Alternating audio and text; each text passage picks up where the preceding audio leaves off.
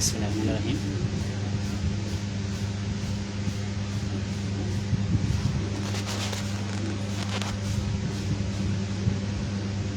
সম্মানিত দেশবাসী,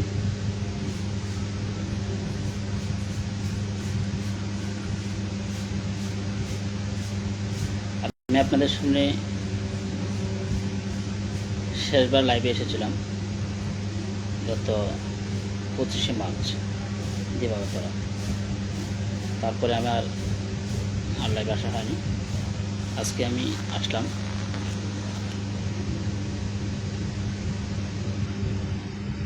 যাক, বাংলাদেশ স্বাধীনতার সার্বভৌমত্ব রক্ষা ফ্রন্ট একটি রাজনৈতিক সংগঠন, এদেশের জনগণের কাঙ্ক্ষিত রাজনৈতিক সংগঠন, সবচেয়ে প্রত্যাশিত রাজনৈতিক সংগঠন।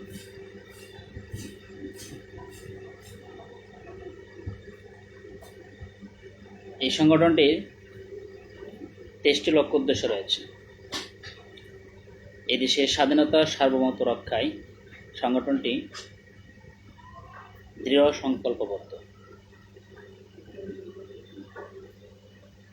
আমাদের মূল 3টি লক্ষ্য উদ্দেশ্যের মধ্যে একটি হচ্ছে এদেশের স্বাধীনতা ও সার্বভৌমত্ব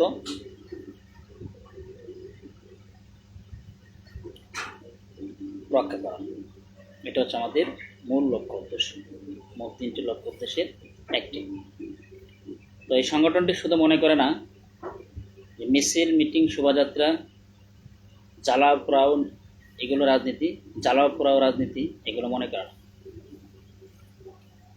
বাংলাদেশ স্বাধীনতা সার্বভৌমত্ব রক্ষা ফ্রন্ট সব ধরনের সহিংসতার ঊর্ধ্বে থাকার চেষ্টা করে। আমরা সব ধরনের সহিংসতাকে অপছন্দ করি। একটা বিষয় হচ্ছে, বাংলাদেশ স্বাধীনতা সার্বভৌমত্ব রক্ষা ফ্রন্ট কোনো লোক দেখানো কর্মসূচি প্রদান করে না।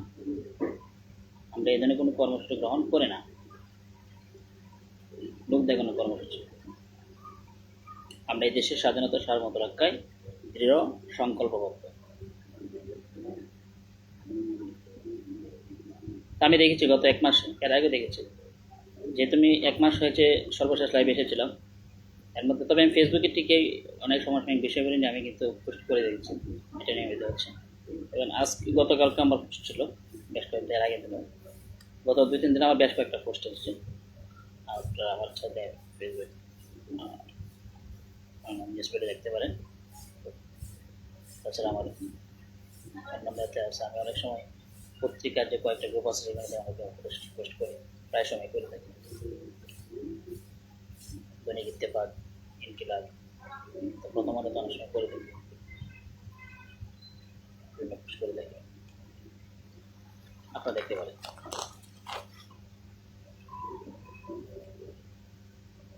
তো যাক, আজকে আমি একটা কথা বলবো। কথাটা হচ্ছে এ নিয়ে সমসাময়িক বিষয়গুলো নিয়ে আজকে কথা বলবো আমি। আমার গত লাইভ ভিডিওটি ছিল ভারত বাংলাদেশের কূটনীতি সম্পর্ক নিয়ে এবং সমসাময়িক নানা বিষয়গুলি নিয়ে। আজকে আমি জাস্ট সমসাময়িক বিষয়গুলো নিয়ে কথা বলবো, কয়েকটা কথা বলবো।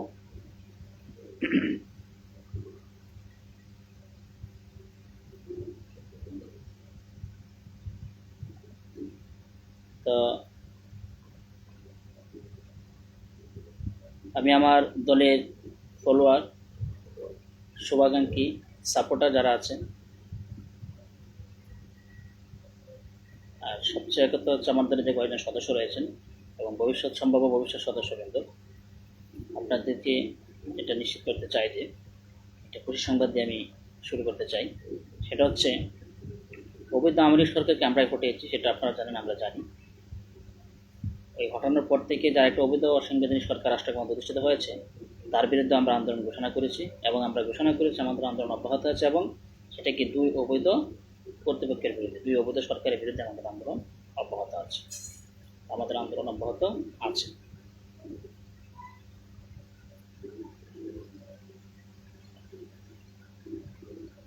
তো অবৈধ অসাংবিধানিক ইউনিট সরকার যখন রাষ্ট্র ক্ষমতা গ্রহণ করে, তারপর আমার কয়েকটা ভিডিওর মধ্যে একটা ভিডিওতে আমি বলেছিলাম যে আমি আমার দেশকে কখনো আমদানি নির্ভর দেশ হতে দেব না, অথবা কখনো রপ্তানি নির্ভর দেশ হতে দেব না।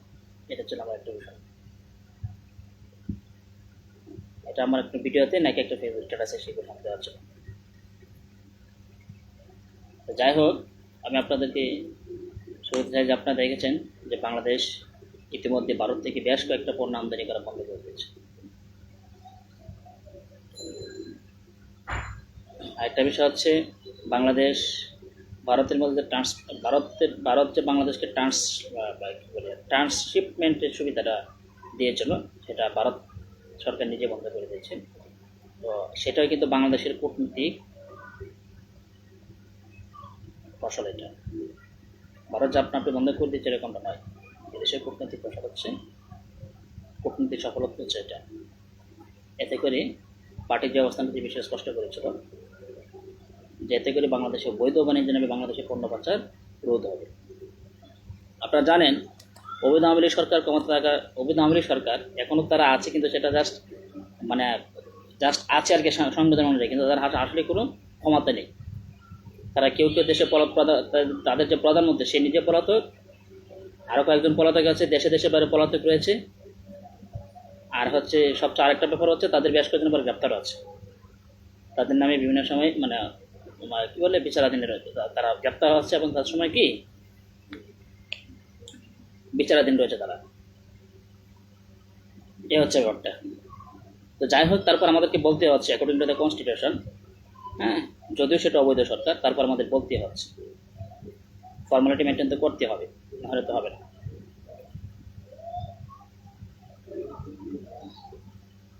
যাই, তা আমরা কিন্তু এরকম একটা ঘোষণা দিয়েছিলাম যে আমরা দেশকে আমদানি নির্ভর অথবা কোনো রপ্তানি নির্ভর দেশ বাংলাদেশকে পরিণত হতে দেব।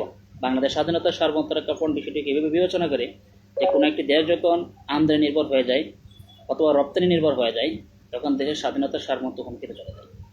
বাংলাদেশ স্বাধীনতার সার্বভৌমত্ব রক্ষা ফোন বিষয়টিকে সেভাবে বিবেচনা করে। তাই আমরা সব দিক বিবেচনা করি দেশের ভবিষ্যতের কথা ভেবে আমি নিজে এই ঘোষণাটা দিয়েছিলাম যে আমি বাংলাদেশকে কখন আমদানি নির্ভর অথবা রপ্তানি নির্ভর দেশ হতে দেব না। এরই ধারাবাহিকতাকে আমি আমার প্রচেষ্টা করলে সেটা বলতে পারেন যে ট্রান্সলেশন মধ্যে বাতিল করা হয়েছে, যেহেতু সেটা 12 সালে উদ্যোগ হয়েছে। তারপর বেশ কয়েকটা পণ্য আমদানি বন্ধ করে দেওয়া হয়েছে। তো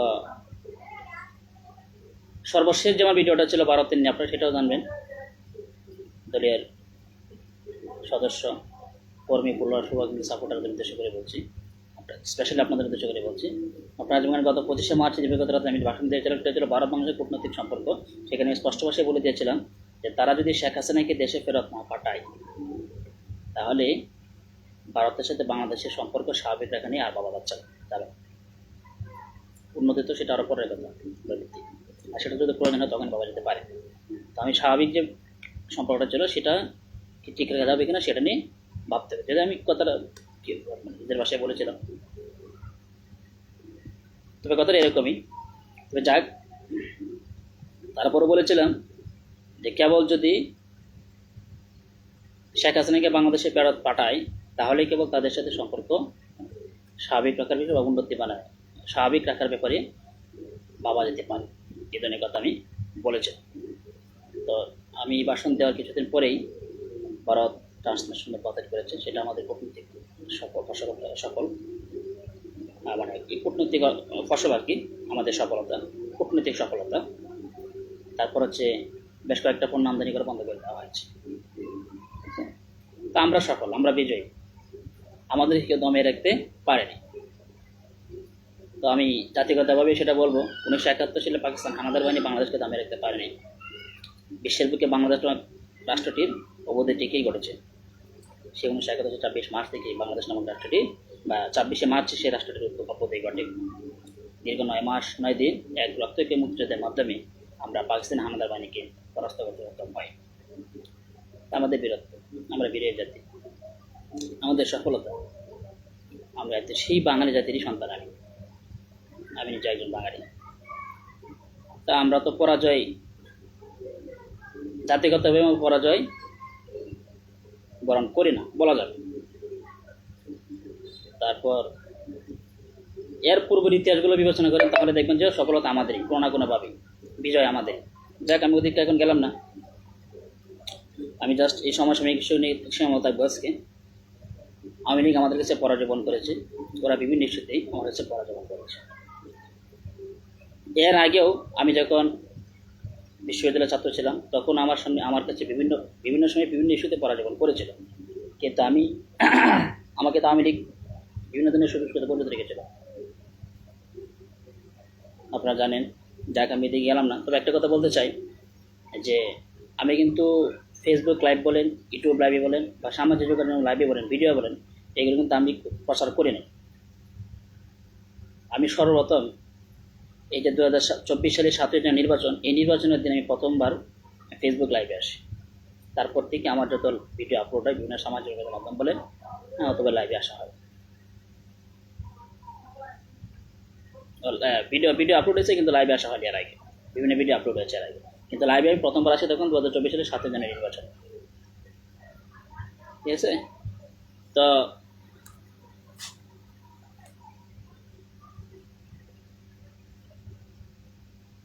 তখনও আওয়ামী লীগ সরকার, তখন তাদেরকে বোধ মেয়াদ ছিল, আমরা সেটাই বিবেচনা করি। যদি এখানে প্রশ্নবিদ্ধ ছিল তাদের বোধ ক্ষমতা থাকার বোধতা, কারণ আপনারা জানেন 2016-17 সালের দিকে তৎকালীন আওয়ামী লীগ সভানেত্রী মানে শেখ হাসিনা, আওয়ামী লীগ সভানেত্রী শেখ হাসিনা, সে কিন্তু দল থেকে পদত্যাগ করেছিল। তো কনস্টিটিউশনের আর্টিকেল 70 অনুযায়ী 70 তার সংসদ সদস্য পদ শূন্য হয়ে যাওয়ার কথা ছিল। আর যেহেতু সংসদ সদস্য পদ শূন্য হয়ে গিয়েছিল, যদিও সেটা নির্বাচন কমিশনের কাছে ছিল, এটা চূড়ান্ত বিষয় নিষ্পত্তির জন্য সংবিধানে উল্লেখ আছে সেটা, কিন্তু কথা হচ্ছে যা ইচ্ছা তাই করলে সেটা নিয়ে নেওয়া যায় না। তারপরে বড় নাটকীয়তার মাধ্যমে তার পদত্যাগপত্র ফিরে নেওয়া হয়েছিল। শেষ পর্যন্ত সে ক্ষমতা থেকে গিয়েছিল। সব দিক বিবেচনা করে আমরা সেই ক্ষমতাটাকে প্রশ্নবিদ্ধ করে দেশে বিবেচনা করেছিলাম। যাই হোক, তারপর আমি আবার আমার পরবর্তী ঘোষণার মাধ্যমে আমি অনেক ধরনের একটা পদক্ষেপ নিয়েছিলাম, কর প্রদান করা থেকে বিরত থাকার আহ্বান জানিয়েছিলাম দেশবাসীকে। তারপর সেটা আমি ফিরিয়ে নিই যখন বিষয়টা ক্লিয়ার হয় যে বিভিন্ন দিক বিবেচনা করে। তো আমি কিন্তু এই সময় অনেক বিষয় আমার কাছে পরাজীবন করেছিল। সর্বশেষ 2024 সালের 5ই আগস্ট চূড়ান্ত পরাজয় হয়েছে সেটা বলা যায়। সে রাষ্ট্রক্ষমতা থেকে যদি লিখিত কোনো পদত্যাগের কোনো লিখিত দলিল প্রমাণ না দিয়ে সে দেশ ছেড়ে পালিয়েছে। তারপরে যে ইউনিয়ন সরকার গঠন করে তাদের অনেকেই তাদের সরকারে ছিল, সরকার থেকে বেরিয়ে তারা বিভিন্ন রাজনৈতিক কার্যক্রম পরিচালনা করার জন্য, রাজনৈতিক সংগঠন গঠন করার জন্য আহ্বায়ক কমিটি ঘোষণা করেছে। তো তারা অনেকবার আমার কাছে বিভিন্ন ইস্যুতে পরাজীবন করে নিয়েছে। তার মধ্যে আমি বেশ কয়েকটা ভিডিওতে আমি সেটা বলেছি যে তারা 24শে জুলাই গণঅভ্যুত্থান, জুলাই বিপ্লব ঘোষণাপত্র একটা ঘোষণাপত্র তারা দিতে চেয়েছিল, সেই ইস্যুতে আমাদের তারা পরাজীবন করেছে। তারা second constitution of second Republic নামে একটা ঘোষণা তারা দিতে চেয়েছিল, সেই ইস্যুতে তারা আমার কাছে পরাজীবন করেছে। তারা 24শে গণঅভ্যুত্থানকে স্বাধীনতা আন্দোলন চালিয়ে দিতে চেয়েছিল, সেই ইস্যুতে তারা আমার কাছে পরাজীবন করেছে। তারা রাষ্ট্রপতির পদত্যাগ করে দেশকে একটি সাংবিধানিক সংকটের মধ্যে ফেলে দেশের স্বাধীনতার সার্বভৌমত্বকে হুমকিতে ফেলার একটা অপচেষ্টা তারা করেছিল, সেই ইস্যুতে তারা আমার কাছে পরাজীবন করেছে। তো আমি সেটা বোঝাতে চাইছিলাম যে আমরা হচ্ছে বীরের জাতি, আমরা পরাজীবন করি না, আমি পরাজীবন করি না। আমার কাছে আওয়ামী লীগ পরাজীবন করেছে। তো বিভিন্ন রাজনৈতিক দলের তৎপরতা আমি এখন দেখছি, বিভিন্ন বিষয় নিয়ে কথা বলছে। অবৈধ অসাংবিধানিক ইউনিট সরকার সে তো ক্ষমতায় বেশি থেকে কী করছে জনগণ তা জানে। কয়েকটি কমিশন গঠন করে যাচ্ছে তাই জনগণের সময় নষ্ট করা ছাড়া কিছুই করতে না ডক্টর ইউনূস সরকার, অবৈধ অসাংবিধানিক ইউনূস সরকার। দেশবাসীকে আমি একটা বিষয় স্পষ্ট করে দিতে চাই, স্মরণ করে দিতে চাই যে এই দেশ আর 2001 সালের বাংলাদেশ নয়, এই দেশ আর 1993-95 সালে বাংলাদেশ নয়, এখন 2025 সাল। এখন আর বাংলাদেশের মাথাপিছু জনগণের মাথাপিছু $300 US ডলার নয়, এখন আর দারিদ্রতার সংখ্যা 50% বেশি নয়, মানে কি আরো কম, অনেক কমে এসেছে। সচেতনতা অনেক কমেছে, ইন্টারনেটের বিস্তার ঘটেছে, টেলিযোগাযোগের বিস্তার অনেক ঘটেছে। এখন জনগণের হাতে হাতে মোবাইল ফোন, ইন্টারনেটের বিস্তার একবারে গ্রাম পর্যায়ে পর্যন্ত, একবারে ওয়াসপাড়া গায়ে পর্যন্ত এখন ইন্টারনেটের ব্যবহার হচ্ছে, মোবাইল ফোনের ব্যবহার হচ্ছে, কম্পিউটারের ব্যবহার হচ্ছে, শহর থেকে শুরু করে ওয়াসপাড়া গায়ে পর্যন্ত হচ্ছে। এখন মানুষের সচেতন আগের চেয়ে অনেক গুণে, বহু গুণে বৃদ্ধি পেয়েছে। তো এই দেশের এখনকার সময় এই দেশের যে শিক্ষিত সচেতন শিক্ষিতের হার অনেক বৃদ্ধি, শিক্ষার হার অনেক বৃদ্ধি পেয়েছে, উচ্চশিক্ষিতের সংখ্যা অনেক বৃদ্ধি পেয়েছে, স্কুল কলেজ ইউনিভার্সিটির সংখ্যা আগের চেয়ে 2 গুণ 3 গুণ বা তারও বেশি বৃদ্ধি পেয়েছে। যদি আমি বিবেচনা করি 1991, 1992 সাল অথবা 2001 সাল, 2 সাল, 3 সাল, এই সাল থেকে বিবেচনা করি, তাহলে সেটা বলা যাবে 2 গুণ 3 গুণ বা তার বেশি সংখ্যা বৃদ্ধি পেয়েছে। তো এখন এই সচেতন নাগরিকদের এই বিবেচনা করলে দেশের এই যে সচেতনতা, আমি সেটাই বোঝাচ্ছি। তবে অনেক যে আমাদের ল্যাকিং রয়েছে, সচেতনতার ঘাটতি রয়েছে। আমি এই বিবেচনায় বলছি এই যে সচেতনতা রয়েছে, তারপর এই সচেতন জনগণকে এখন এই ধোঁকাবাজি করা সম্ভব নয়। জনগণ এসব বুঝে। আপনারা কিছুদিন আগে করেছেন সংবিধান সংস্কার কমিশন করেছেন, তারপর আরও কি জিনিস সংস্কার কমিশন করেছিলেন। তো আমি যতটুকু জানি এই বিষয়গুলো তো খুব মাতামাতি হচ্ছিল। শেষ পর্যন্ত যখন রিপোর্ট প্রদান করে ফেলেছিল, তারপর আমি একটা লাইভ ভিডিও করেছিলাম। লাইভ ভিডিও করে আমি এটা নিয়ে বলি, এটার বিপক্ষে বলি, তারপর থেকে এটা কিছুদিন অফ ছিল। ঠিক আছে, আমি জনগণকে বলতে সক্ষম হয়েছিলাম যেগুলো ভাওতাবাজি ধোঁকাবাজি ছাড়া আর কিছু নয়। অযথা জনগণের সময় নষ্ট করা, কাল জ্ঞাপন করা এবং তার অবৈধ মেয়াদ, কথাটা হচ্ছে তার বৈধ মেয়াদ না, এটা অবৈধ মেয়াদ। একটা অন্তর্বর্তীকালীন সরকার, অবৈধ অসাংবিধানিক অন্তর্বর্তীকালীন সরকার, এই সরকারের মেয়াদ বৃদ্ধি করার প্রচেষ্টা করা হচ্ছিল। জনগণ সেটা বুঝতে পেরেছিল, তারা বাধ্য হয়েছিল এই ধরনের তৎপরতা থেকে বিরত থাকতে। তারপর আমি যখন এটা নিয়ে বলা বন্ধ করে দিই, আমি আর কিছু বলি নাই, কারণ আমি তো লোক দেখে নতুন সব কিছু করি না। এই যে আমি আজকে লাইভে আসছি, আমি দেখলাম যে আমার আজকে লাইভে আসার প্রয়োজন, দেশে এখন কী হচ্ছে পরিস্থিতি, তা আমি আজকে লাইভে আসলাম। তো তারা আবার জাতীয় ঐকমত্য কমিশন নাকি তারপর একটা কমিশন গঠন করে কিছুদিন পর। যেটা আমি ফেসবুক স্ট্যাটাসের মধ্যে সেটা বিরোধাচরণ করেছি, কিন্তু লাইভে আমি এখন পর্যন্ত সেটা কিছু বলিনি, আজকে আমাকে বলতে হচ্ছে। জনগণকে যখন সব অন্যান্য সংস্কার কমিশন গঠন করে সে ব্যর্থ, রিপোর্ট প্রদান করার মধ্যে যখন আমি তারপর থেকে বিরোধাচরণ করে জনগণ বলতে সক্ষম হই, তখন রিপোর্ট প্রদান করার মধ্যে সেটা সীমাবদ্ধ হয়ে গিয়েছিল। সেটাকে আবার পুনর্জীবিত করা হচ্ছে জাতীয় ঐকমত্য কমিশন, একটা কমিশন গঠন করে, যা সম্পূর্ণ বেআইনি, অহেতুক কমিশন। যেহেতু অবৈধ অসাংবিধানিক সরকার ইউনিট সরকার এবং তার গঠিত একটি কমিশন হচ্ছে জাতীয় ঐকমত্য কমিশন, তো এই কমিশনকে আমরা অবৈধ কমিশন হিসেবে বিবেচনা করছি। এই কমিশনের কোনো কার্যকলাপ এই দেশের জনগণ গ্রহণ করবে না, জনগণের কাছে অ্যাকসেপ্টেবল হবে না, গ্রহণযোগ্য হবে না।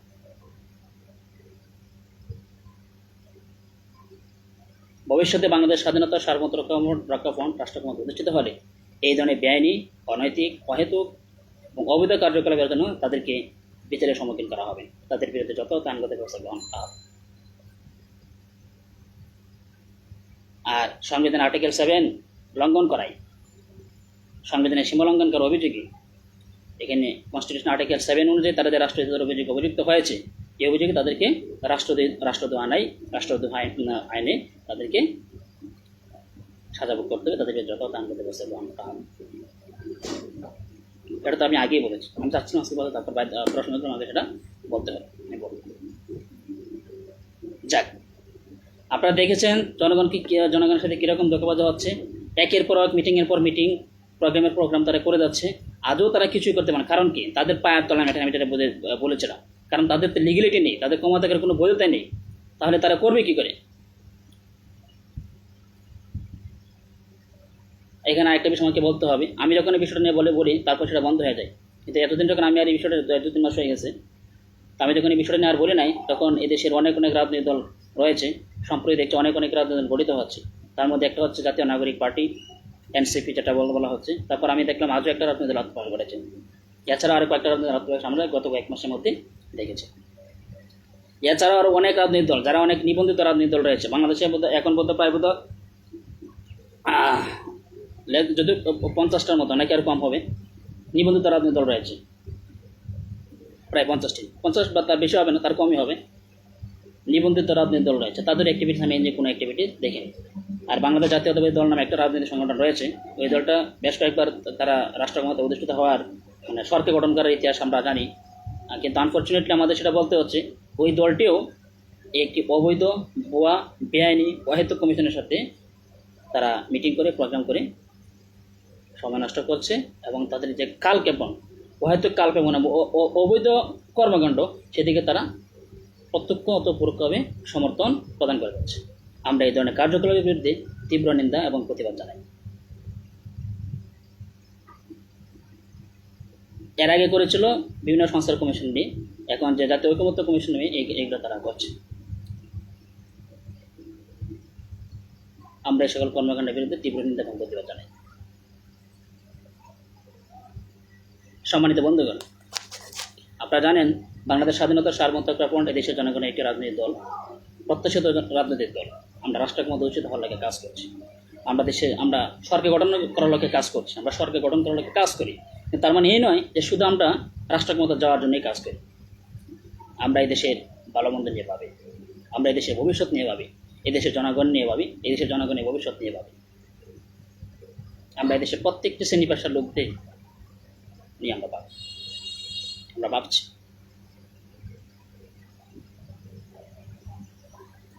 যাক, আমি যেহেতু সমাজসেবী ইস্যু নিয়ে কথা বলছি, আমি আর কয়েকটা ইস্যু নিয়ে কয়েকটা কথা বলে শেষ করে দেবো। তার মধ্যে একটা হচ্ছে, আমি যেটা আজকে বলেছিলাম যে দুর্নীতি, করাপশন নিয়ে। করাপশন, আপনারা জানেন করাপশন, অ্যান্টি করাপশনের জন্য বাংলাদেশে একটি কমিশন রয়েছে, সেটা হচ্ছে কি দুর্নীতি দমন কমিশন, যেটাকে সংক্ষেপে বলা হয় দুদক। এই কমিশনটার কাজ হচ্ছে কি দুর্নীতি দমন করা। তো আমি তাদের কার্যকলাপ সম্বন্ধে যতটুকু দেখলাম, আমি আজকে না, শুধু কয়েক মাস না বা কয়েক বছর না, আমি আমার মনে হয় 10, 15, 16 বা তার আরও আগে থেকেই তারা শুধু দুর্নীতি বলতে শুধু কি ঘুষকে দুর্নীতি বোঝে কিনা আমি সেটা বুঝতেছি, উপলব্ধিগত সক্ষম হয়েছে যে তারা করাপশন বলতে শুধু ঘুষকে করাপশন বোঝে, দুর্নীতি বলতে তারা শুধু ঘুষকেই দুর্নীতি বোঝে। তো যাই হোক, ঘুষ এক প্রকার দুর্নীতি, তো শুধু ঘুষই দুর্নীতি নয়, বাংলাদেশ স্বাধীনতার সার্বভৌমত্ব সেটাই বিবেচনা করে। তো যেহেতু দুর্নীতি দমন কমিশন, মানে তাদের দুর্নীতি দমন করার কাজ, তার মানে শুধু ঘুষ দমন করে নিয়ে কাজ করলেই হবে না, তাদেরকে সব ধরনের দুর্নীতি নিয়ে কাজ করতে হবে।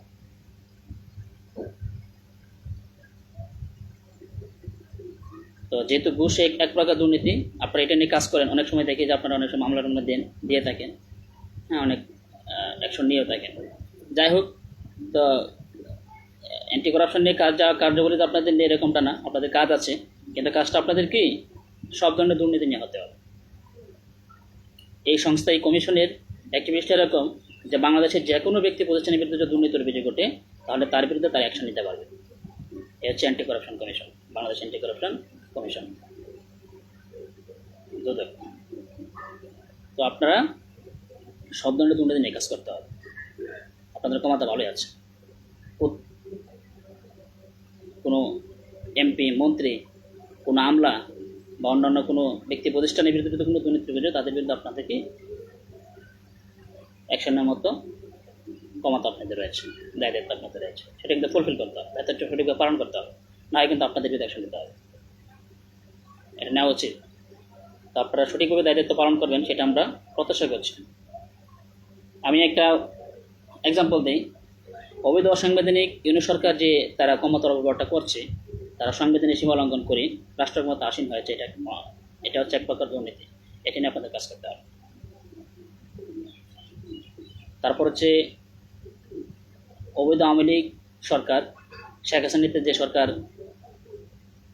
2024 সালের 7 জানুয়ারি 2024 সালের 5 আগস্ট পরাস্ত হয়ে পদত্যাগের কোনো লিখিত দলিল না দিয়ে দেশ ছেড়ে পালিয়েছে, মানে এখন পলাতে গেছে, সেই সরকারটাও অবৈধভাবে গঠিত হয়েছিল। তারা যে সংসদ থেকে সরকারটা গ্রহণ করেছিল সেটা হচ্ছে একটা অবৈধ সংসদ, তো সেটা হচ্ছে এক প্রকার দুর্নীতি, সেটা নিয়ে আপনাদের কাজ করতে হবে। অথবা হচ্ছে সব ধরনের দুর্নীতি নিয়ে আপনাদের কাজ করতে হবে, এটা আপনাদের ডিউটি, দায়িত্বের মধ্যে পড়ে, আমরা সেটা বিবেচনা করি। এখন আরেকটা বিষয় হচ্ছে, আপনারা দুর্নীতি দমন কমিশনের কর্মকর্তা কর্মচারী, বিভিন্ন কর্মকর্তা কর্মচারী আপনারা রয়েছেন, আপনারা যদি নিজেরা আবার দুর্নীতি জড়িয়ে পড়েন তখন কিন্তু আপনাদের বিরুদ্ধে অ্যাকশন নিতে হবে। এবং আমার যেটা মনে হয় সর্বাগ্রে আপনাদের বিরুদ্ধে অ্যাকশন নিতে হবে কিনা সেটাই আমাদের ভাবতে হবে। তো পার্টি কিন্তু এক পথ পিছু হবে না, এই বিষয়ে যথাযথ পদক্ষেপ গ্রহণ করবে। আপনার যথাযথ দায়িত্ব পালন করতে হবে। আর একটা বিষয় নিয়ে আমি কথা বলে শেষ করে দেব, সেটা হচ্ছে আমার আগে ইতিপূর্বের একটা লাইভ ভিডিওতে আমি বলেছিলাম যে আমি বাংলাদেশের কূটনৈতিক সম্পর্ক নিয়ে একটা কথা বলেছিলাম, একটা ভিডিও দিয়েছিলাম। এবং সর্বশেষ আমার যে গত মাসে যে ভিডিওটা ছিল, এই ভিডিওতে আমি এটা নিয়ে কিছুক্ষণ কথা বলেছিলাম। তো হচ্ছে কূটনৈতিক সম্পর্ক এটা খুবই গুরুত্বপূর্ণ একটা বিষয়। তো বাংলাদেশের পররাষ্ট্র মন্ত্রণালয়ের অ্যাক্টিভিটিস কিন্তু সন্তোষজনক অনেকের কাছে মনে হচ্ছে না। আমি তাদের অনেক অ্যাক্টিভিটি দেখছি, সেটা অনেক ক্ষেত্রে কি সন্তোষজনক নয়। তারপর একটা মিনিস্ট্রি হচ্ছে আপনার ডিফেন্স মিনিস্ট্রি, তাদেরও অ্যাক্টিভিটিস সন্তোষজনক হতে হবে, সেটাই উচিত পাওয়া উচিত। দেখেন, তারপর আমি আরেকটা বিষয় বলেছিলাম যে আপনাদের বোঝার সুবিধার্থে আমি সেটা বলেছিলাম যে দেশের বাইরে থেকে যেমন আওয়ামী লীগ সরকার যেটা করছে, শেখ হাসিনা এবং তার অনুসারীগণ বেশ কয়েকজন অনুসারী ভারত থেকে যেটা করছে, দেশের বাইরে থেকে যেটা করছে, আপনারা দেশের বাইরে যখন একজন নেত্রী যখন মনে করেন সরকার প্রধান, সে যখন দেশ থেকে পলায়ন করে অন্য দেশে চলে যাবে, ঠিক আছে, আর হচ্ছে পদত্যাগের কোনো লিখিত দলিল না দিয়ে যাবে, আর সংবিধান অনুযায়ী সে যদি দেশের প্রধানমন্ত্রী বহাল থাকে, যদি সেটা নাম মতে বলা যাচ্ছে, আর সবচেয়ে বড় সে হচ্ছে অবৈধ সরকার, এটা আমাকে বলতে হবে। তো তারা যখন দেশের বাইরে থেকে গিয়ে আবার এই দেশকে নিয়ন্ত্রণ করার চেষ্টা করে, তাহলে সেটা হবে দেশের জন্য হুমকি, দেশের স্বাধীনতা সার্বভৌমত্বের জন্য হুমকি, দেশের সামষ্টিক নিরাপত্তা, জাতীয় নিরাপত্তা, সামাজিক নিরাপত্তা, এমনকি ব্যক্তিগত প্রাদেশিক নিরাপত্তা, সাংগঠনিক নিরাপত্তার জন্য হুমকি। তো মোট কথা দেশের জন্য হুমকি। সেটা আমরা সেটাকে প্রতিহত করার জন্য আমরা ঘোষণা দিয়েছিলাম। আমি আপনাদেরকে বলতে চেয়েছিলাম যেটা করা থেকে বিরত থাকতে হবে, কিন্তু আপনাদের অ্যাক্টিভিটি সেইবারে কি সন্তোষজনক নয়। তো আমি আজকে আবারও বলছি আপনাদেরকে, আমি আহ্বান করছি আপনারা যারা এখনও ডিরেক্টলি প্রত্যক্ষ অথবা পরোক্ষভাবে শেখ হাসিনা এবং তার অনেক সহচর এবং তার নেতৃত্বে যারা ক্যাবিনেট মেম্বার ছিল তাদের নির্দেশনায় এখনও কাজকর্ম করে যাচ্ছেন বা করার অপচেষ্টা করছেন, তাদেরকে আমি সচেতন করছি এবং আহ্বান করছি আপনারা এই ধরনের অ্যাক্টিভিটিস প্রত্যাহার করুন। এটা দেশের জন্য মঙ্গলজনক হবে প্রত্যাহার করা। আর আপনারা যদি এভাবে এই অবৈধ সরকারের নির্দেশনায় প্রত্যক্ষ পরোক্ষ নির্দেশনা আপনাদের কার্যক্রম পরিচালনা করতে থাকেন বা করার অপচেষ্টা করেন, তাহলে সেটা দেশের জন্য হুমকি হবে। এর মধ্যে একটা গুরুত্বপূর্ণ বিষয় হচ্ছে সে দেশের বাইরে রয়েছে, সে অন্য একটা দেশে রয়েছে। আপনারা যারা এই সম্পর্কে বিশ্লেষক বা বিশেষজ্ঞ রয়েছেন, সেই তাদের মতামত গ্রহণ করতে পারেন এবং আমি শিওর যে তারা এই ব্যাপারে আমার সাথে একমত পোষণ করবে যে এটা দেশের জন্য হুমকি, দেশের স্বাধীনতা সার্বভৌমত্বের জন্য হুমকি, দেশের সামষ্টিক নিরাপত্তার জন্য হুমকি। এই হচ্ছে ব্যাপারটা আপনাদের অচিরে সেটা কি প্রত্যাহার করে নিতে হবে, পরিহার করতে হবে। এই ধরনের অ্যাক্টিভিটিস তার অনুমতি নিয়ে করা, তার প্রত্যক্ষ পরোক্ষ ডিরেকশন নিয়ে করা, প্রত্যক্ষ পরোক্ষ অনুমোদন নিয়ে করা, নির্দেশনায় করা, সেগুলো পরিহার করতে হবে। আর যেহেতু সে অবৈধ সরকার এবং সে দেশ থেকে পালিয়ে যাচ্ছে, হ্যাঁ, আর তার সরকার ছিল অবৈধ, হ্যাঁ, সব দিক বিবেচনে তার নির্দেশনায় কিছু করা যাবে না। আমি সেটা অনেক আগে থেকে বলে এসেছি, তার নির্দেশনায় কোনো কিছু করা যাবে না। তাকে দেশের, যেহেতু সে বৈধ সরকার ছিল না, তার সরকারকে মানা যাবে না। মানে হচ্ছে তার নির্দেশনায় কোনো কিছু করা যাবে না, তার প্রত্যক্ষ পরোক্ষ নির্দেশনায় কোনো কিছু করা যাবে না, তার প্রত্যক্ষ পরোক্ষ অনুমোদন ক্রমে কোনো কিছু করা যাবে না।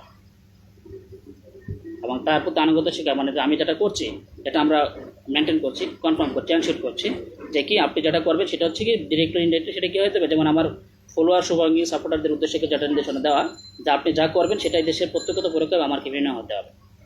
আপনি যদি আমার ডিরেক্টলি ইনডিরেক্টলি প্রত্যক্ষ পরোক্ষ অনুমোদন মতো নির্দেশনা না করে থাকেন, তাহলে যেটা করবেন সেটা আমার কি প্রত্যক্ষ পরোক্ষ আমাকে মেনে নেওয়া হতে হবে, ঠিক আছে। তা আমি আবারও বলছি, আপনারা যদি এই দেশের প্রত্যেকটা নাগরিককে যদি প্রত্যক্ষ পরোক্ষ ব্যাপার অনুসারী হয়ে থাকে, তাহলে তাদের ক্ষেত্রে এটা করতে হবে। আর আমি রাষ্ট্রক্ষমতায় গেলে আমি সরকার গঠন করি, সেটা অবশ্যই কিন্তু আপনারা এটাতে আবার গুছিয়ে ফেলেন এক দলের কর্মসূচি বা এক দলের নীতি আদর্শ অন্য দলের সাথে মিলিয়ে ফেলেন, তাহলে হবে না। এটা আপনাদের অদক্ষতার বহিঃপ্রকাশ। আমি সরকার আমাদের উদ্দেশ্য করে বলছি। সো এই ধরনের অ্যাক্টিভিটি করার করতে হবে। আর আরেকটাও কথা হচ্ছে যে আপনারা যে ধরনের অ্যাক্টিভিটি তারা করবেন, আমরা তো আপনাদেরকে শুধু আহ্বান করছি, এর মধ্যে সীমাবদ্ধ এরকমটা নয়। এরকম যারা করবেন তাদের বিরুদ্ধে আমরা যথাযথ পদক্ষেপ গ্রহণ করবো, আইনগত ব্যবস্থা গ্রহণ করা হবে তাদের বিরুদ্ধে। দেশের স্বার্থে আমরা সমষ্টি নেব। যাক, আমি কয়েকটা বিষয় নিয়ে, কারণ আমার দেখলাম যে পরিস্থিতি খুবই মানে কি আমার আসতে হবে লাইভে, তো আমি আজকে লাইভে আসলাম। আশা করি সবাই বুঝতে পেরেছেন, এবং আমি যে আহ্বানগুলো করেছি দুর্নীতি দমন কমিশন এবং সংশ্লিষ্ট আমলাদের উদ্দেশ্য করে, আর দেবের উদ্দেশ্য করে বলছি যে আপনারা, যেহেতু আওয়ামী লীগ সরকার অবৈধ এবং তাকে বিদায় করা হয়েছে, আপনারা আন্দোলনে ছিলেন, সমর্থন দিয়েছেন, আন্দোলন অংশগ্রহণ করেছিলেন, আপনাদেরকে ধন্যবাদ, অসংখ্য ধন্যবাদ। তো ধন্যবাদ না দিলেও হয়তো এরপর আমি দিলাম প্রসঙ্গক্রমে যে এবার আপনারা আরেকটা কাজ করবেন, আমরা করবো, আপনারা করবেন, সেটা হচ্ছে কি আমরা বৈধ সরকার নির্বাচন করার পরে যত পদে যোগদান আমরা করছি, আপনারাও সেটা সেদিকে এগোবেন। তাদের প্রতি আর কিছু নির্ভরশীল হওয়া যাবে না। বৈধ সরকার যত তাড়াতাড়ি সম্ভব নির্বাচিত করে ফেলতে হবে। আপনারা সেই এবারে যার অবস্থান থেকে যত মানে কি যার অবস্থান থেকে যে অবদান রাখার সে অবদান রাখবেন, আমি সেটা আহ্বান করছি। এটা দেশের জাতির জন্য ততই মঙ্গলজনক, তত তাড়াতাড়ি একটা বৈধ সরকার নির্বাচিত হবে, বৈধ সরকার গঠন করা সম্ভব হবে। তো আমি যে আহ্বানগুলো করেছি দেশবাসীর প্রতি, আপনারা সেটা অনুসরণ করবেন, অনুসরণ করার চেষ্টা করবেন। সেই কথা বলে আমি আবার লাইভ শেষ করলাম। সব ভালো থাকবেন, সুস্থ থাকবেন। জয় বাংলাদেশ।